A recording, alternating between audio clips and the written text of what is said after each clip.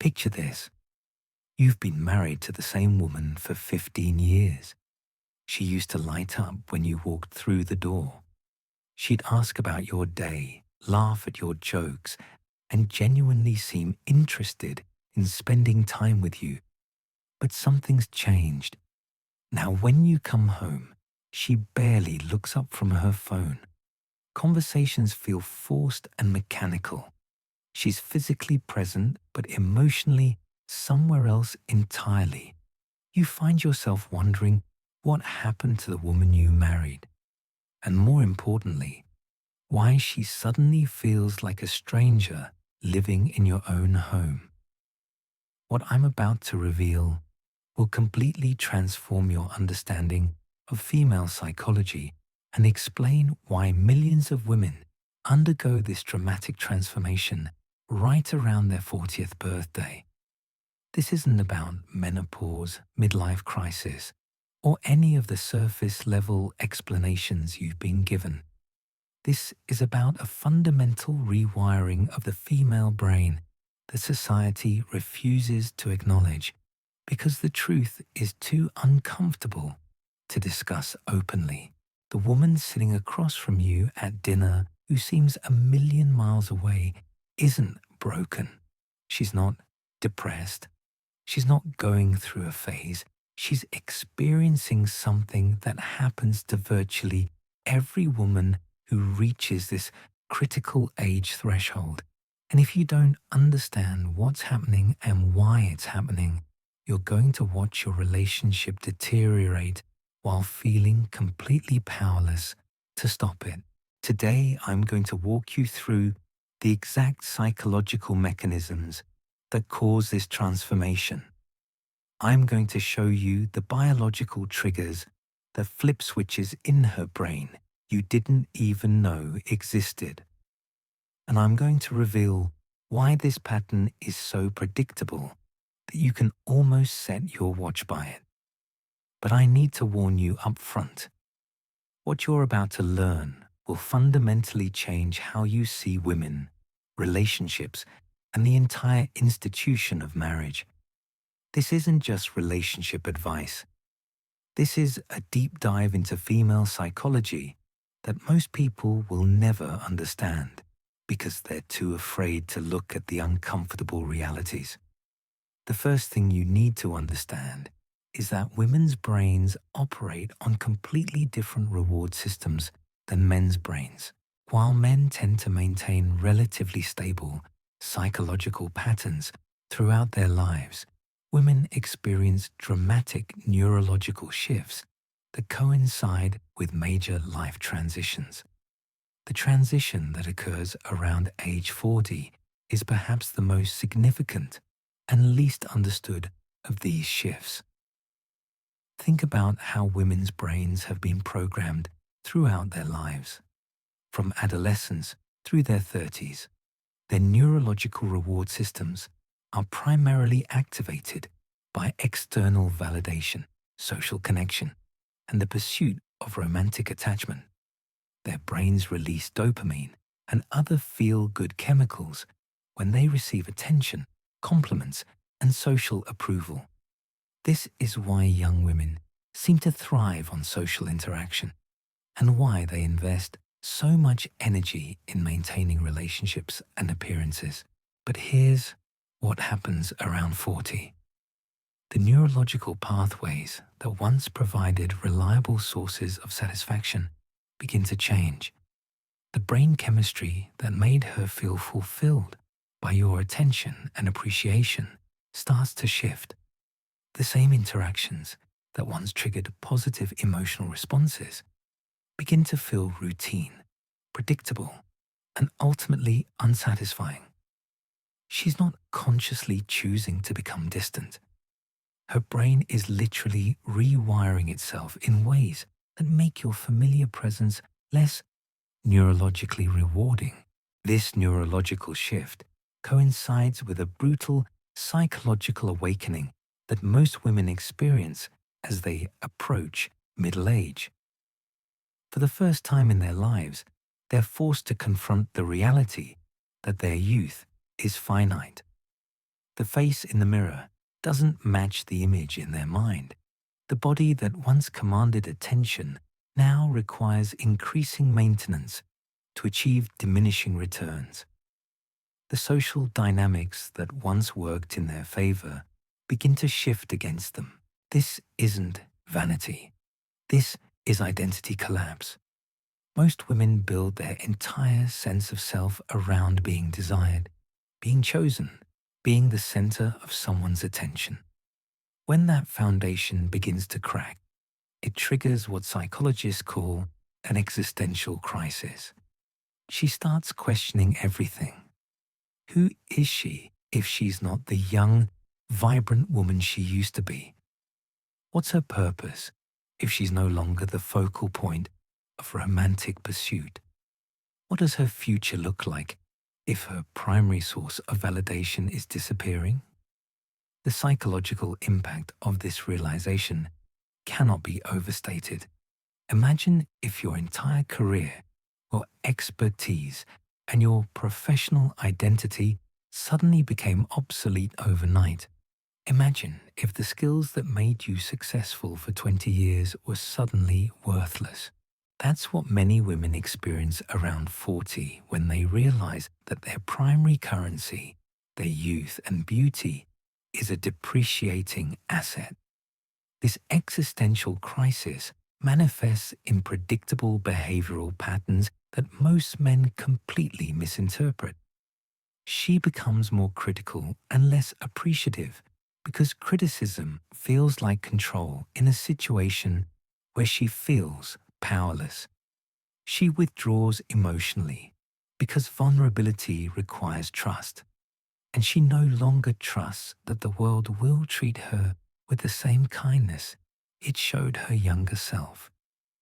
She becomes less interested in physical intimacy because intimacy requires feeling desirable, and she's struggling with whether she's still worthy of desire. The tragedy is that most men respond to these changes in exactly the wrong way. They try to reassure her that she's still beautiful, but this actually confirms her fears by acknowledging that her appearance is worth discussing. They try to give her more attention and validation, but this feels patronizing because she can sense that it's motivated by pity rather than genuine desire. They try to solve her problems with logic and practical solutions, completely missing the fact that this isn't a problem to be solved, but a fundamental life transition that must be navigated. What makes this situation even more complex is that women themselves don't understand what's happening to them. They feel the distance growing between themselves and their partners, but they can't articulate why. They know something has changed, but they assume the problem lies with the relationship rather than with their own psychological transformation. This leads to a dangerous cycle where she begins to blame you for her internal struggles. She starts to reinterpret your relationship history through this new lens of dissatisfaction. Suddenly, things that never bothered her before become evidence of your inadequacy. Your predictable routines, which once felt comforting, now feel suffocating. Your stable personality, which once felt reliable, now feels boring. Your consistent presence, which once felt reassuring, now feels like you're taking her for granted. This reframing isn't conscious manipulation. It's her brain's attempt to make sense of her changing emotional landscape. When you no longer trigger the same positive responses you used to trigger, her mind searches for explanations. Since she doesn't understand the neurological and psychological changes happening within her, she concludes that you must have changed or that she must have been settling all along. The most dangerous aspect of this transformation is how it affects her perception of her options. As she becomes increasingly dissatisfied with her current situation, she begins to fantasize about alternatives. She starts paying attention to other men in ways she hasn't for years. She begins to wonder what her life would be like if she had made different choices. She starts to romanticize her past and imagine different futures. Um, this isn't necessarily about wanting other men specifically. It's about wanting to feel alive again, to feel desired again, to feel like she matters in ways that go beyond her domestic responsibilities. The problem is that these feelings often get projected onto the idea that a different man or a different relationship could provide what's missing. She doesn't realize that what's missing isn't external. It's the neurological reward system that made her previous life satisfying. Social media amplifies this problem exponentially. She's constantly exposed to carefully curated images of other women who seem to be living more exciting, more fulfilling lives. She sees women her age who appear to have figured out how to maintain their youth, their attractiveness, their relevance. She's bombarded with messages about empowerment, about never settling, about deserving better. All of this feeds into the narrative that her current life is somehow inadequate. The algorithm learns what captures her attention and feeds her more content that confirms her growing dissatisfaction. Stories about women who left their marriages and found happiness. Articles about red flags in relationships that suddenly seem to apply to her situation. Posts about self-love and independence that make her current life seem like a compromise. She's essentially being programmed to believe that distance from you is progress rather than a symptom of her internal struggle. Meanwhile, you're probably completely unaware of this psychological storm brewing inside her head. From your perspective, nothing has really changed. You're still the same man she married. You still love her, still work to provide for the family, still try to be a good husband. But her changing brain chemistry means that all of your familiar gestures of love and commitment now register differently in her psychological landscape. This is why so many men report feeling blindsided when their wives suddenly announce they need space or want to separate. From their perspective, everything was fine until it suddenly wasn't.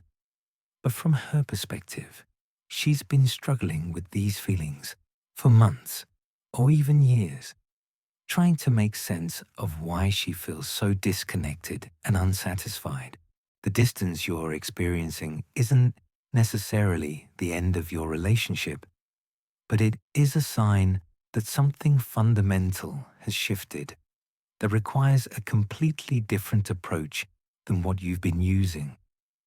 The old playbook of being more attentive, more romantic, more accommodating actually makes the problem worse because it confirms her suspicion that you don't understand what she's going through. Understanding this psychological shift requires recognizing that women at this age begin to experience what researchers call emotional habituation. The brain's reward pathways that once fired intensely in response to familiar stimuli begin to require increasingly novel experiences to achieve the same neurochemical satisfaction. This is why the same loving gestures that once made her heart race now barely register on her emotional radar. Think of it like tolerance to medication. A small dose that once provided significant relief eventually requires larger and larger amounts to achieve the same effect.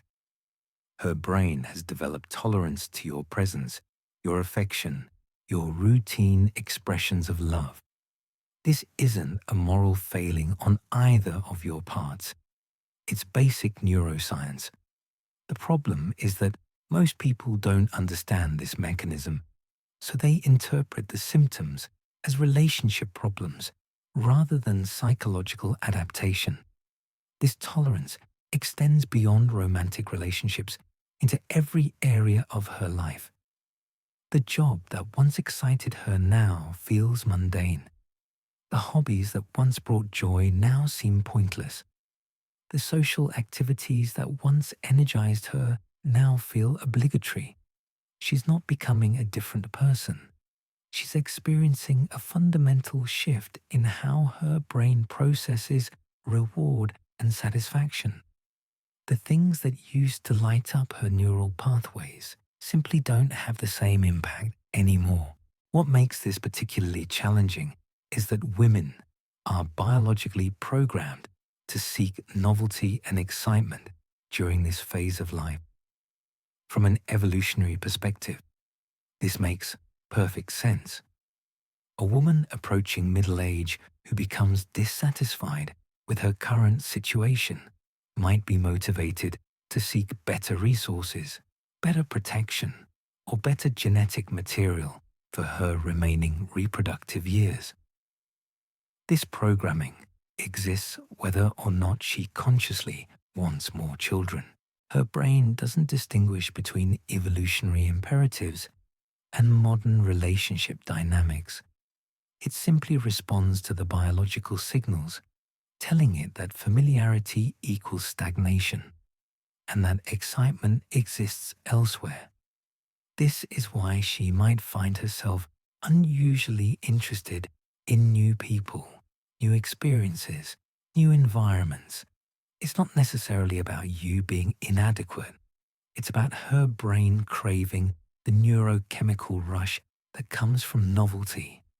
The workplace becomes particularly dangerous during this phase because it offers everything her home life lacks. New challenges, new people, new sources of validation and achievement. That colleague who compliments her work isn't just being professional. In her current psychological state, he's providing the novel, positive reinforcement her brain is desperately seeking. The business trip that once felt like a burden now feels like an escape from the predictability of domestic life. This is why so many affairs begin in professional settings around this age. It's not that these women are inherently unfaithful or immoral. It's that their brains are essentially starving for the neurochemical cocktail that novelty provides, and the workplace offers the perfect environment for that kind of stimulation. A new person paying attention to her intelligence, her competence, her insights triggers reward pathways that have been dormant in her marriage for years. The cruel irony is that the stability you've worked so hard to build becomes the very thing that makes you neurologically invisible to her. Your reliability, your consistency, your predictability are exactly the qualities that her changing brain chemistry interprets as unstimulating. You've become like background noise in her psychological landscape. She knows you're there, but you don't register as particularly interesting or noteworthy anymore. This dynamic explains why she might seem more engaged and animated when talking to strangers than when talking to you. The stranger represents potential novelty. You represent known quantities. Her brain literally responds differently to these two categories of interaction. With strangers, there's still mystery, still the possibility of discovery, still the neurochemical reward that comes from new social connection. The physical distance often begins before the emotional distance becomes obvious. She starts staying up later, going to bed earlier, finding reasons to be in different rooms. She's not consciously avoiding you. She's unconsciously seeking solitude, because solitude allows her to fantasize about alternatives without the constant reminder of her current reality sitting right next to her. Sleep patterns change because her mind is more active now, churning through possibilities and dissatisfactions that didn't exist before. She lies awake, thinking about paths not taken, opportunities missed, dreams deferred. The quiet house becomes a theater for mental scenarios where she imagines different versions of her life. These aren't necessarily scenarios that include other men. They're often just scenarios where she feels more alive, more purposeful, more significant. The conversations you used to have about daily logistics, family schedules, household maintenance, now feel incredibly tedious to her. These practical discussions represent everything mundane about her current existence. She craves conversations about ideas, dreams, possibilities, meaning. But you've fallen into patterns of discussing what needs to be done rather than what could be imagined. This shift in conversational preferences isn't about intellectual incompatibility. It's about her brain seeking stimulation that transcends the immediate practical concerns of daily life. She wants to talk about concepts, explore hypotheticals, debate perspectives. The problem is that most marriages default to operational discussions because that's what's required to manage a household and family. When she does try to engage you in deeper conversations and you respond with practical solutions or dismiss her musings as unrealistic, you're inadvertently confirming her growing suspicion that you don't understand her inner world anymore. She's not looking for you to solve her existential questions. She's looking for you to explore them with her, to validate that these thoughts and feelings matter, to demonstrate that you're still capable of intellectual and emotional curiosity. The social dynamics of her friendships begin to change during this period as well. She becomes more drawn to women who are also questioning their life choices, who are also feeling restless and unfulfilled. These friendships become echo chambers where dissatisfaction gets amplified and validated. What starts as normal venting about marriage and life gradually becomes a systematic critique of everything she's committed to. These friend groups often develop their own culture of discontent, where questioning your marriage becomes a sign of growth and self-awareness, rather than a potential problem to address. The women who express contentment with their domestic lives get subtly marginalized as naive or settling. The ones who are most vocal about their dissatisfaction become the informal leaders whose perspectives shape the group's collective worldview. This social reinforcement is incredibly powerful because it makes her feel less alone in her struggles and more justified in her growing distance from you. When multiple women in her circle are expressing similar feelings, it confirms that this isn't just her problem. It's a broader issue with marriage, with men, with society's expectations of women. This external validation makes it much easier to rationalize the emotional withdrawal you're experiencing. The technology in her pocket amplifies all of these psychological dynamics exponentially. Every scroll through social media provides dozens of micro doses of comparison and fantasy. She sees other women who appear to be living more exciting lives, traveling more, achieving more, looking better, seeming happier. The algorithm learns what captures her attention and feeds her more content that confirms her growing sense that she's missing out on something better. Dating apps exist on her phone even if she hasn't downloaded them. She knows they're there. She knows that with a few taps, she could access an entire marketplace of men who would find her interesting and desirable. This knowledge creates a psychological safety net that makes emotional distance from you feel less risky. Even if she never acts on it, the mere possibility changes how she calculates the costs and benefits of working on your relationship versus exploring alternatives. The comment sections of articles about relationships, personal growth, and women's empowerment become addictive sources of validation for her growing dissatisfaction. She reads stories of women who left their marriages and found happiness, who prioritized their own needs and discovered fulfillment, who refused to settle and eventually found better partners. These stories don't just entertain her. They program her to see distance from you as courage rather than dysfunction. What you're witnessing isn't just emotional withdrawal, it's psychological preparation. Her mind is systematically devaluing what she has while simultaneously overvaluing what she thinks she could have. This isn't conscious manipulation or calculated cruelty. It's an unconscious psychological process that happens when someone's brain chemistry changes in ways that make their current situation feel inadequate compared to imagined alternatives.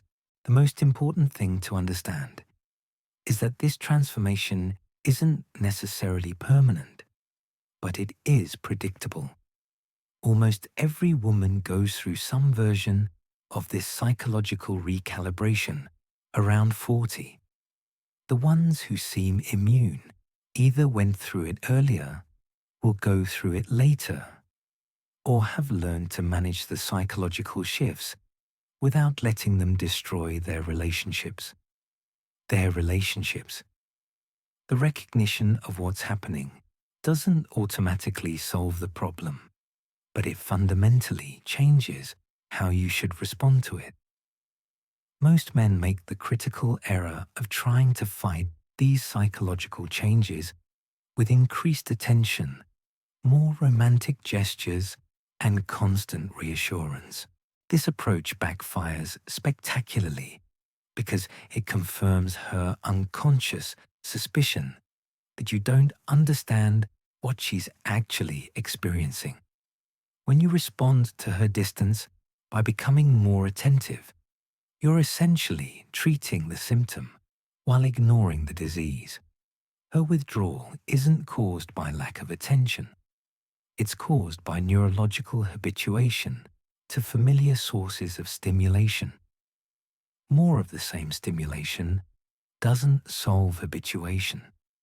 It actually makes it worse by reinforcing the patterns her brain has already adapted to. Think about it from a neurochemical perspective. If her brain has developed tolerance to your presence and affection, increasing the dosage doesn't restore sensitivity. It just accelerates the tolerance development. The romantic dinner you plan with such careful intention gets processed by her brain as another predictable gesture from a known source. Instead of appreciating the effort, her mind categorizes it as more evidence that you're operating from the same playbook that no longer works. This is why she might seem almost annoyed by your increased romantic efforts. You think you're being more loving and attentive. She experiences it as you not listening to her subtle signals that she needs something different. The flowers, the surprise dates, the heartfelt conversations feel forced and desperate to her because they're responses to her withdrawal rather than genuine expressions of understanding. Her brain interprets your escalated romantic behavior as evidence that you're trying to manipulate her back into her previous emotional state rather than accepting and working with her current psychological reality. This creates resentment because it feels like you're trying to force her to be someone she's no longer capable of being, rather than allowing space for who she's becoming. The fundamental mistake most men make is assuming that relationship problems require relationship solutions. But what's happening to your wife isn't primarily a relationship problem.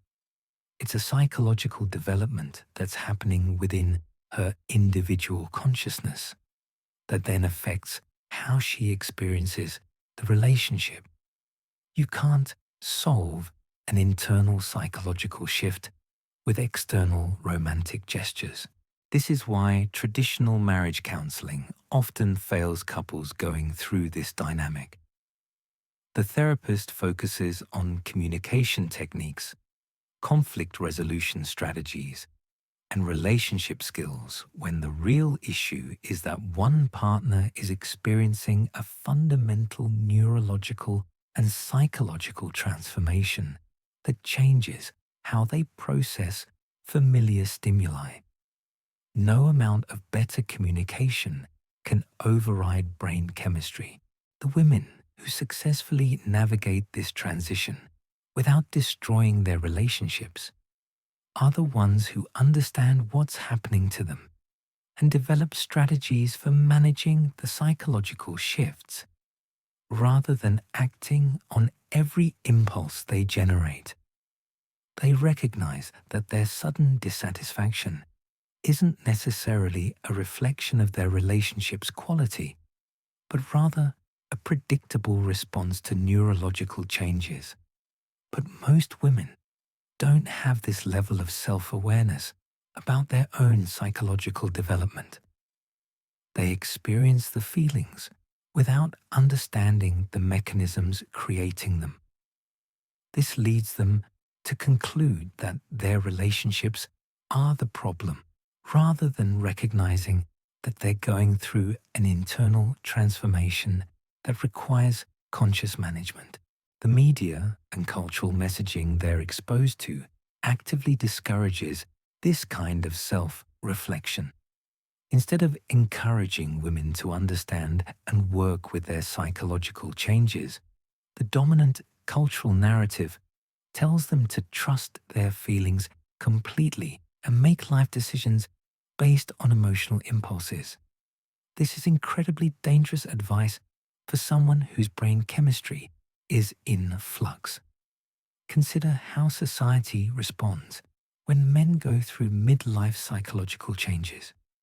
We mock the midlife crisis, the sports car purchases, the sudden interest in younger women.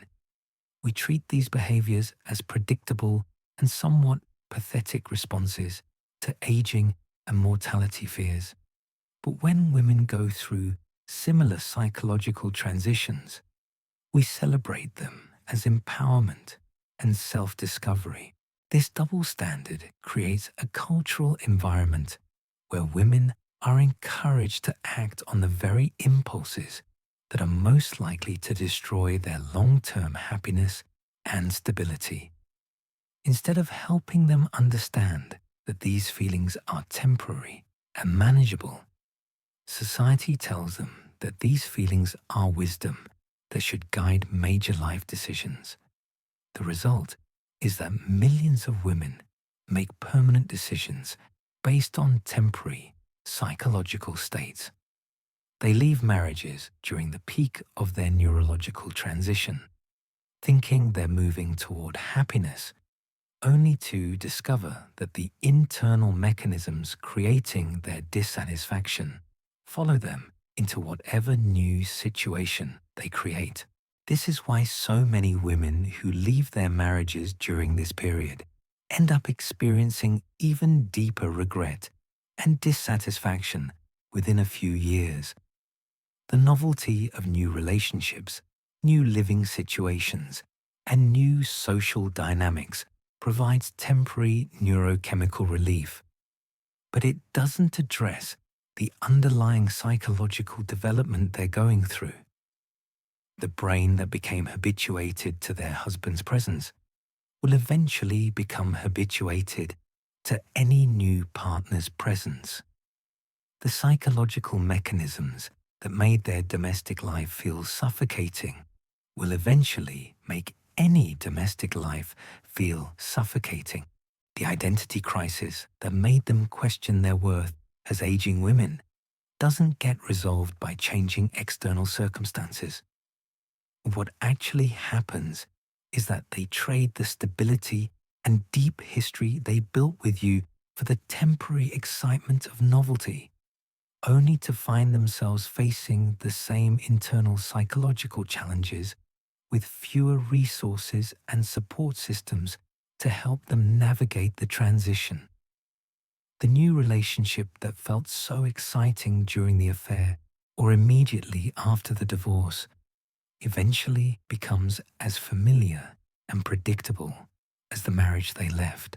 Meanwhile, they've lost the accumulated emotional capital, shared history, and mutual investment that could have helped them work through their psychological transition with a partner who actually knew and understood their journey. They've traded depth for excitement, only to discover that excitement is temporary, while the psychological work of aging is permanent. The most tragic aspect of this pattern is that the very stability and commitment they rejected during their psychological crisis is exactly what they need to successfully navigate the transition.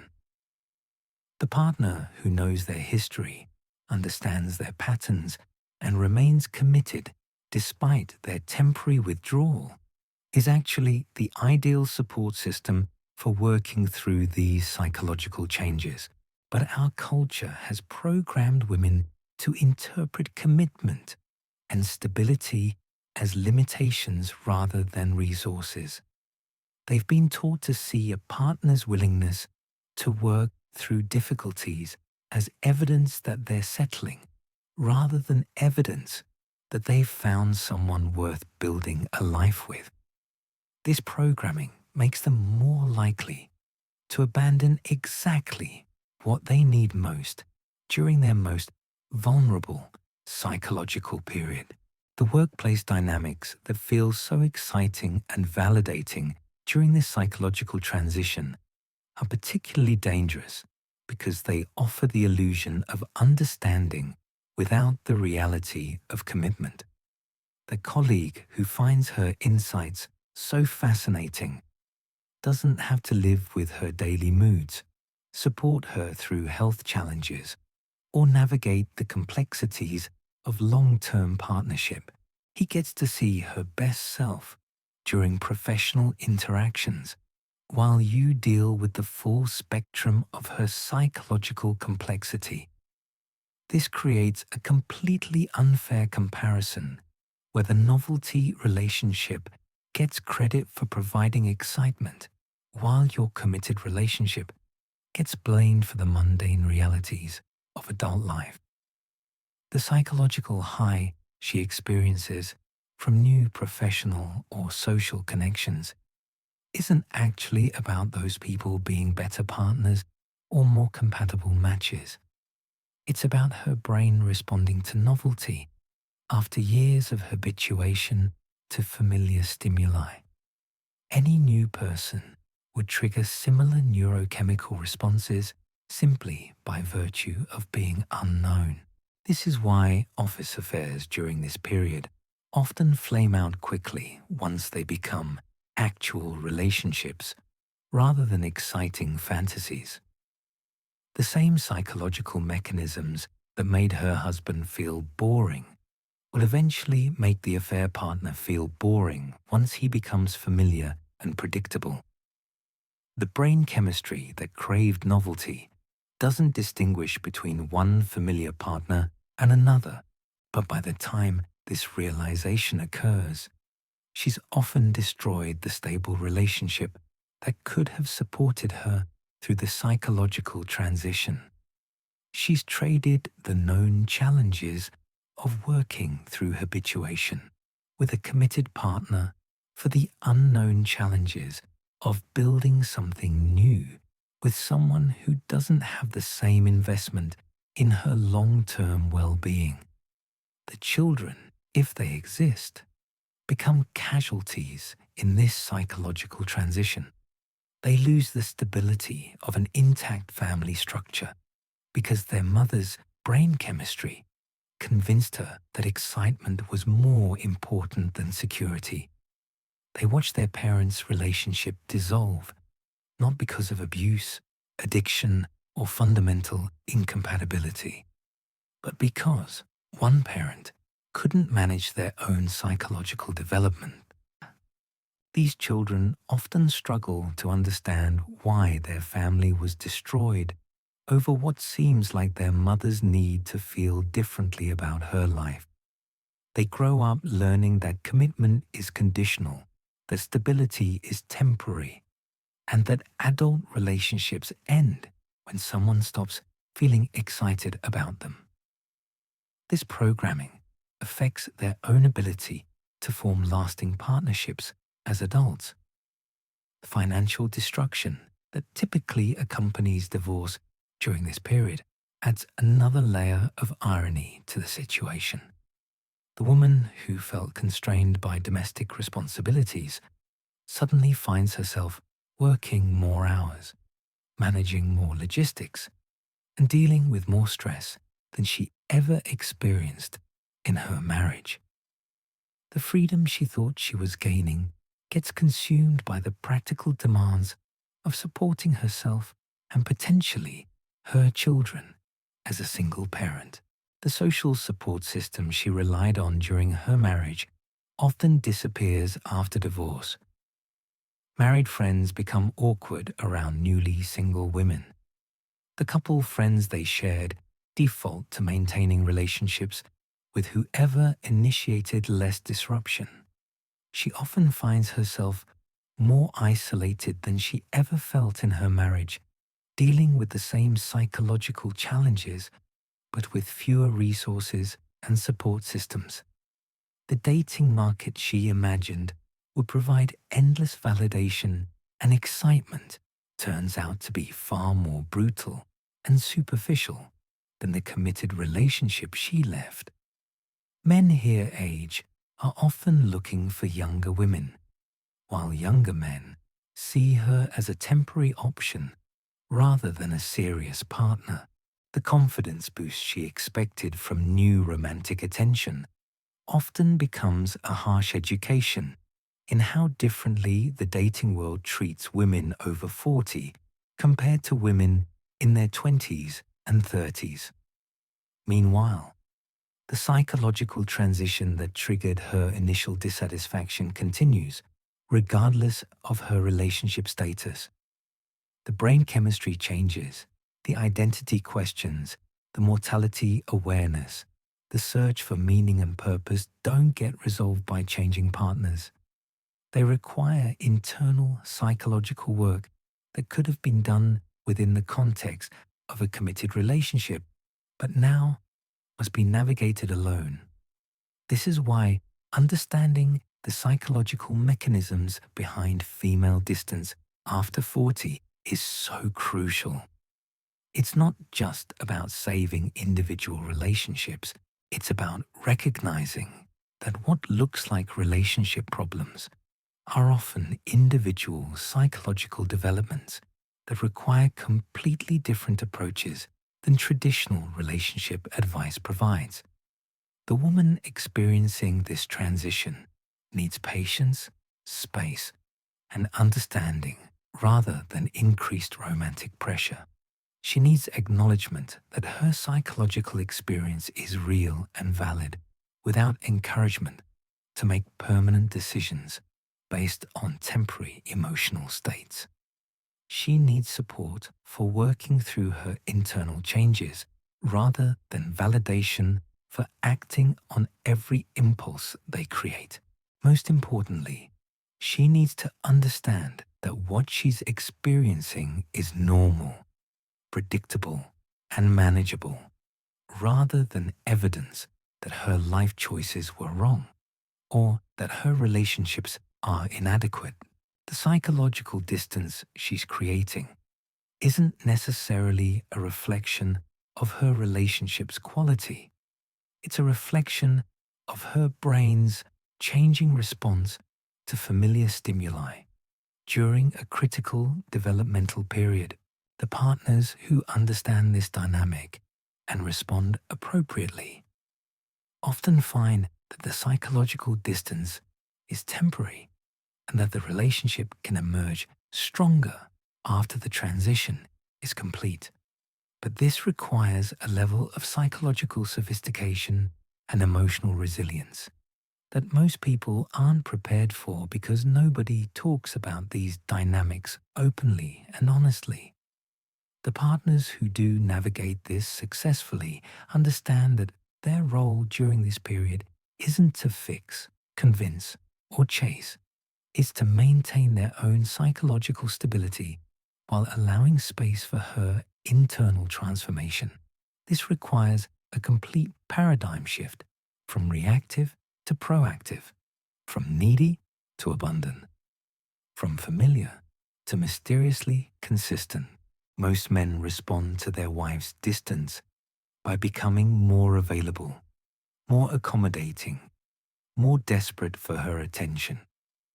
They increase their efforts precisely when those efforts have lost their neurochemical impact. They double down on strategies that her changing brain chemistry interprets as predictable and therefore unrewarding. This creates a vicious cycle where his increased neediness confirms her unconscious belief that she's outgrown the relationship. The counterintuitive truth is that the most effective response to her psychological withdrawal is often your own psychological independence. When you stop making her emotional state the primary determinant of your own happiness, when you stop organizing your entire existence around managing her moods and reactions, something interesting happens to the dynamic between you. Her brain, which has become habituated to your constant availability and predictable responses, suddenly encounters something unexpected. The husband who used to react to her distance with increased attention now responds with calm self-possession. The man who used to seek her approval for his decisions now makes choices based on his own judgment and invites her to participate rather than demanding her validation. This shift doesn't guarantee that she'll immediately return to her previous emotional state, but it does disrupt the psychological patterns that were reinforcing her withdrawal. When you stop being neurochemically invisible through over-familiarity, you create the possibility of being seen again. When you stop being predictable in your responses to her tests and moods, you reintroduce the element of curiosity that her brain is craving. Think about what originally attracted her to you decades ago. It wasn't your neediness, your constant availability, or your eagerness to please. It was your independence, your confidence, your ability to be interesting and unpredictable. The psychological qualities that made you attractive during courtship are the same qualities that can make you attractive during her midlife psychological transition. But here's the crucial distinction. This isn't about manipulation, game playing, or artificial scarcity. It's about genuinely reclaiming the parts of yourself that you may have sacrificed in the name of being a good husband and father. It's about rediscovering your own interests, your own goals, your own sources of fulfillment that exist independently of her approval or participation.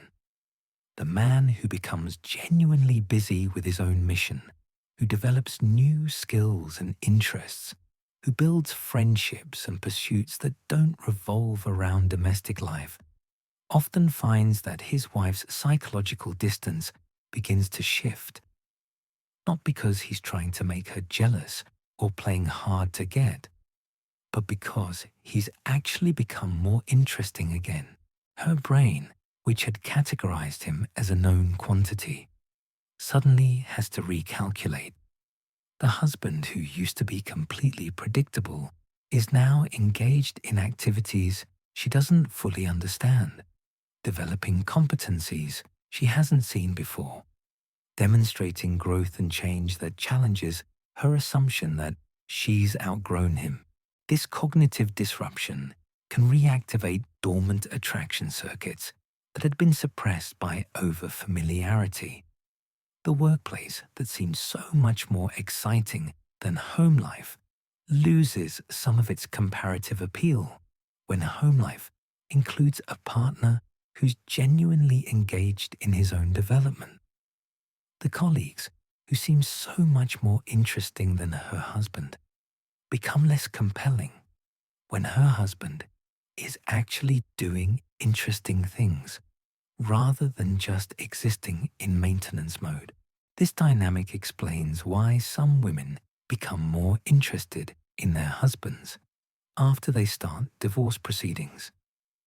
The man who was psychologically invisible during the marriage suddenly becomes visible again when he's forced to rebuild his independent identity. The divorce process, ironically, often recreates the very psychological conditions that originally generated attraction.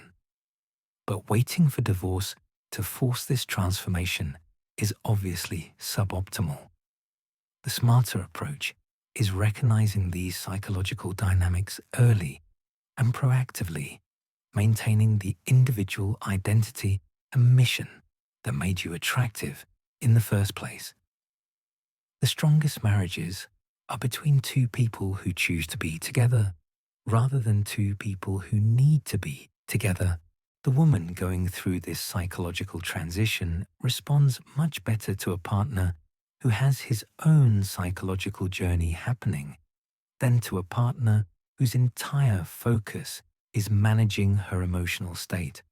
When you're genuinely engaged in your own growth, your own challenges, your own development, her internal struggles don't feel like threats to your stability.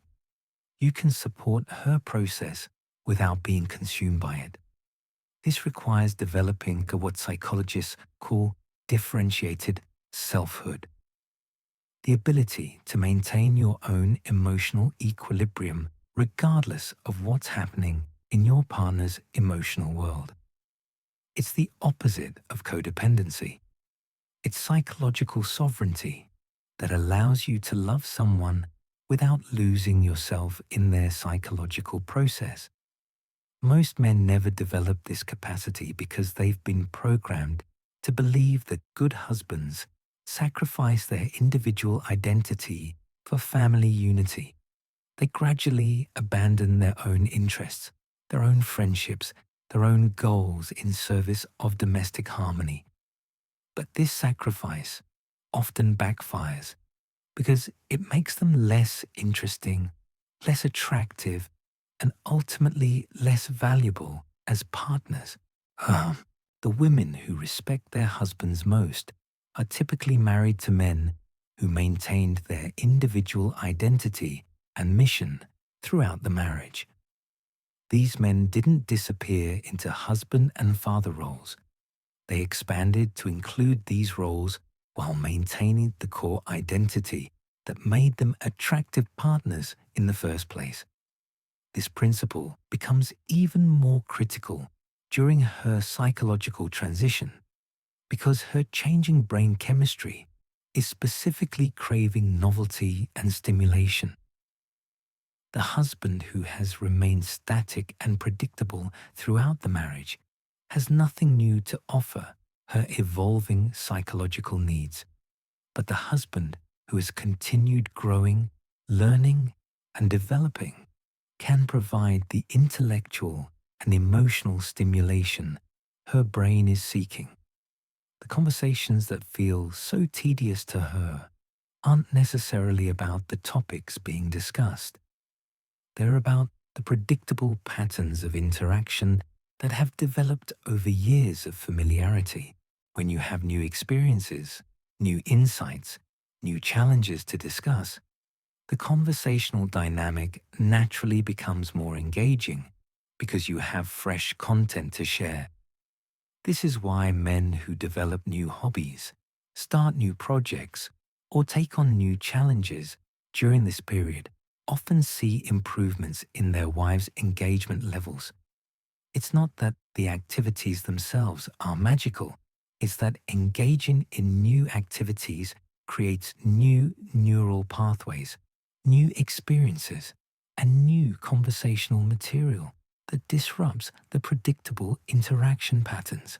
The key insight is that her psychological distance often reflects your psychological stagnation as much as her internal changes. If you've become a completely known quantity with no surprises, no growth, no development beyond your established patterns, then her brain's search for novelty will naturally look elsewhere.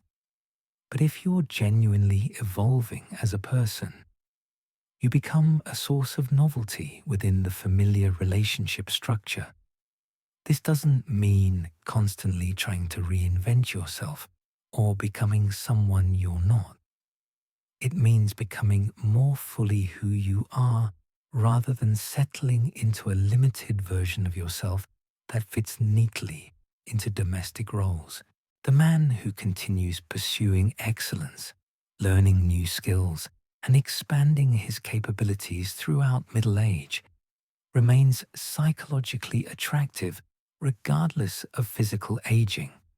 The physical changes that both partners experience during this period become less relevant when there's ongoing psychological and intellectual development. Her concerns about aging and attractiveness diminish when she's partnered with someone who values her mind, her character, and her individual growth rather than just her appearance and domestic contributions. But this requires that you actually value these things, not just claim to value them. Many men say they love their wives for more than their looks, while their actual behavior suggests otherwise. They stop having intellectual conversations, stop asking about her thoughts and opinions, stop engaging with her as an individual rather than just a wife and mother. The psychological distance she creates often reflects her sense that you no longer see her as a complete person. When your interactions become limited to logistics, household management, and family coordination, she feels reduced to a role rather than valued as an individual. This reduction contributes to her identity crisis because it confirms her fear that she's lost her individual significance. Rekindling your curiosity about her as a person, independent of her roles and functions, can be profoundly healing during this transition. When was the last time you asked her about her dreams, her fears, her philosophical perspectives, her creative impulses? When did you last engage with her mind rather than just coordinating with her about practical matters? The woman experiencing this psychological transition desperately needs to feel seen and valued as an individual, rather than just appreciated for her contributions to family life. She needs intellectual stimulation, creative expression, and meaningful conversation about ideas rather than just schedules and responsibilities. This is where many marriages fail during this period. The couple has become so focused on managing family life that they've forgotten how to relate to each other as individuals. They've lost the curiosity, the intellectual engagement, and the personal interest that originally brought them together. They function efficiently as co-parents and household managers, but they've stopped functioning as romantic partners. The solution isn't necessarily more date nights or romantic gestures. It's rediscovering each other as evolving individuals who happen to share a life together. It's maintaining the intellectual and emotional curiosity that keeps relationships psychologically alive even when they become practically familiar. The couples who thrive during this transition are the ones who never stopped growing individually and never stopped being curious about each other's growth. They may go through periods of distance and reconnection, but the underlying foundation of mutual respect and individual development keeps the relationship psychologically alive even during difficult periods. Understanding her psychological transition as a normal developmental process rather than a relationship crisis changes everything about how you respond to it. Instead of taking her distance personally, you can support her individual journey while maintaining your own psychological sovereignty. Instead of trying to fix her feelings, you can focus on your own continued development and trust that genuine growth attracts genuine interest. The most important realization is that her psychological distance isn't necessarily about you at all. It's about her own internal process of reckoning with aging, identity, purpose, and mortality. Your role isn't to solve these existential questions for her, but to remain psychologically solid while she works through them herself. This requires tremendous emotional maturity and self-control. Most men either become controlling and demanding when faced with their wife's withdrawal, or they become passive and accommodating in hopes of avoiding conflict. Both responses make the situation worse because they're based on fear rather than understanding. The mature response is maintaining your own center while allowing space for her process. It's continuing to live your own life fully while remaining open to connection when she's ready for it. It's neither chasing nor withdrawing, but simply being consistently available without being needy or demanding about it. This psychological stance often has the paradoxical effect of making you more attractive to her during her transition.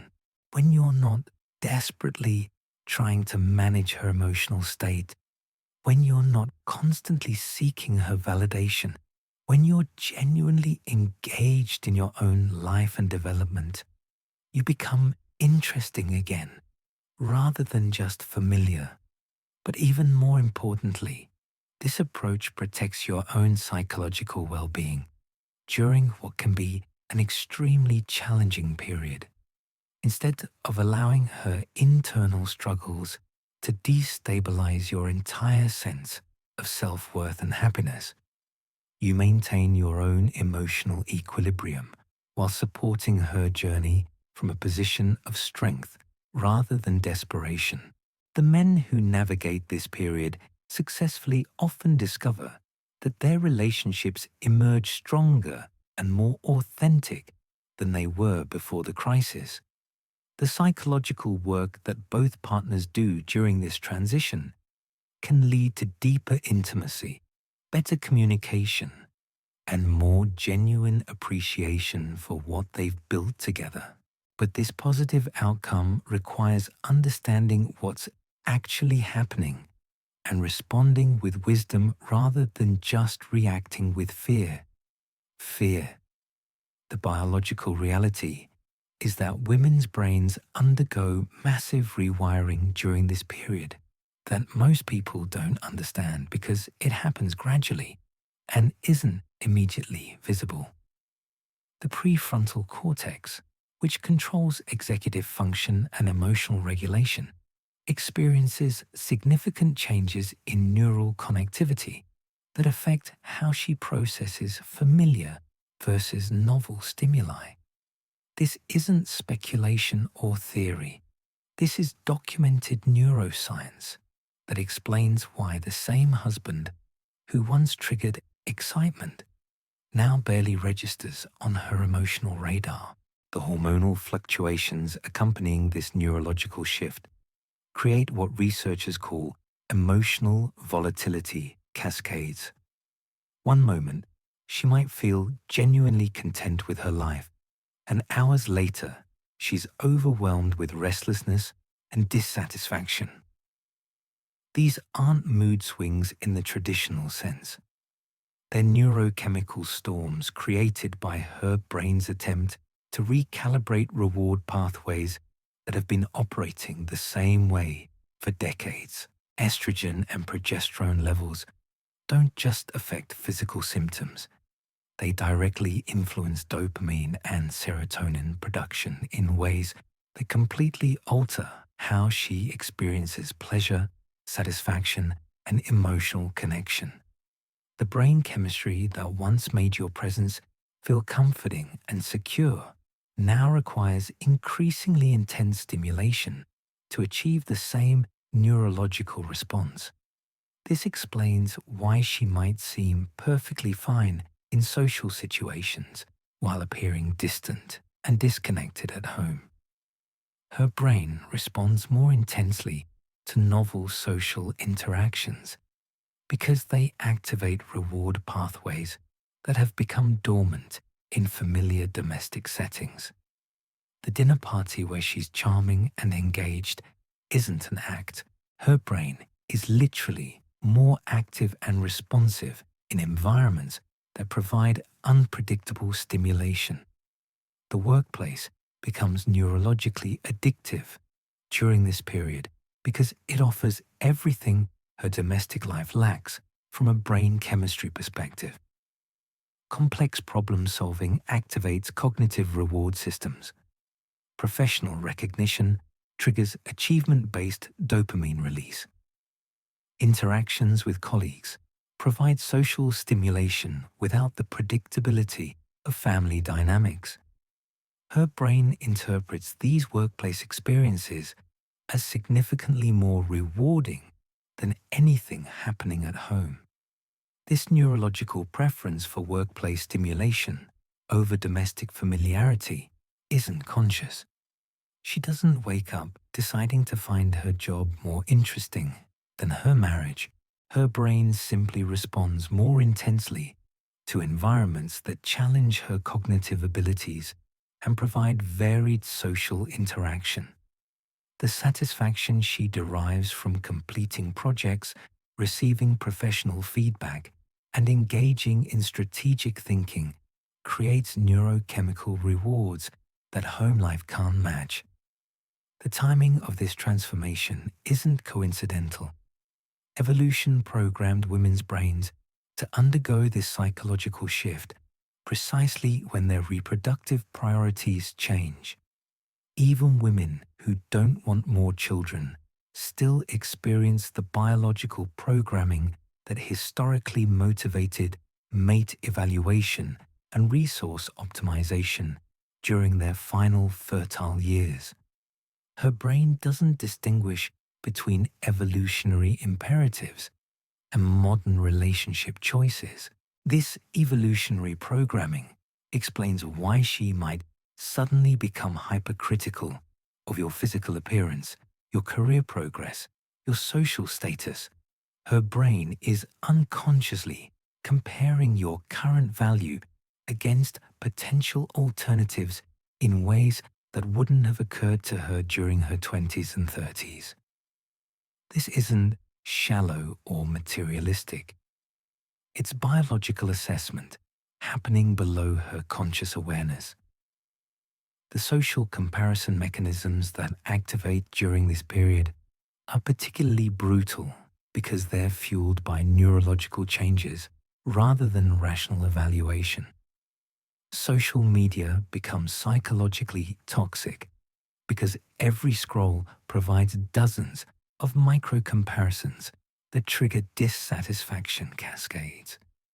She's not consciously choosing to feel inadequate about her life. Her changing brain chemistry makes her hypersensitive to evidence that other people have better circumstances. The algorithm learns to show her content that confirms her growing dissatisfaction, because that's what generates engagement. Stories about women who transformed their lives, who left unfulfilling situations, who chose themselves over obligation. Each piece of content reinforces the neurological patterns that are already making her current life feel insufficient. The technology designed to connect her with others ends up isolating her from contentment with her actual circumstances. Dating applications exist in her awareness, even if they're not installed on her phone. The knowledge that she could access thousands of men who would find her attractive creates a psychological safety net that makes emotional withdrawal from you feel less risky. This isn't about actually wanting to date other people. It's about the neurochemical comfort that comes from knowing options exist during a period when her brain is questioning everything about her current situation. The financial independence many women achieve by this age fundamentally changes their psychological relationship to marriage. When she doesn't need your income for survival, the relationship becomes purely voluntary rather than economically necessary. This freedom creates space for the neurological changes to express themselves without practical constraints. She can afford to follow her feelings because she's not dependent on your financial support. This economic independence intersects with her psychological transition in ways that previous generations of women never experienced. Her grandmother might have felt similar restlessness and dissatisfaction, but couldn't act on these feelings because survival required maintaining the marriage. Modern women can translate neurological impulses into life changes because they have resources and social support that make dramatic changes financially viable. The children, if they're approaching independence, remove another practical barrier to following neurological impulses. When her primary identity as an active mother begins to fade, she's forced to confront questions about who she is beyond that role. The brain that was organized around child-rearing priorities now needs new sources of purpose and stimulation. This identity transition coincides with the neurological changes to create perfect conditions for relationship questioning. Now you understand why your wife became a stranger in your own home. This isn't about you failing as a husband or her being ungrateful for what you've built together. This is about basic neuroscience that society refuses to acknowledge because the truth threatens too many comfortable illusions about love and commitment. Her brain literally rewired itself to crave novelty over familiarity, excitement over stability, potential over reality. The woman who once found joy in your presence now requires increasingly intense stimulation just to feel alive. But here's what gives me hope for the men willing to do the work. When you understand these psychological mechanisms, when you stop taking her distance personally and start responding strategically, when you reclaim your own mission and stop making her emotional state your primary concern, something remarkable can happen. You can become genuinely interesting again, instead of just familiar. You can provide the novelty her brain craves without abandoning the stability she actually needs. The choice is yours. Continue operating from the old playbook that treats relationship problems with more attention and romantic gestures, or embrace the uncomfortable reality that her transformation requires your transformation. Stop being the predictable husband she's psychologically adapted to and become the man she has to work to understand again.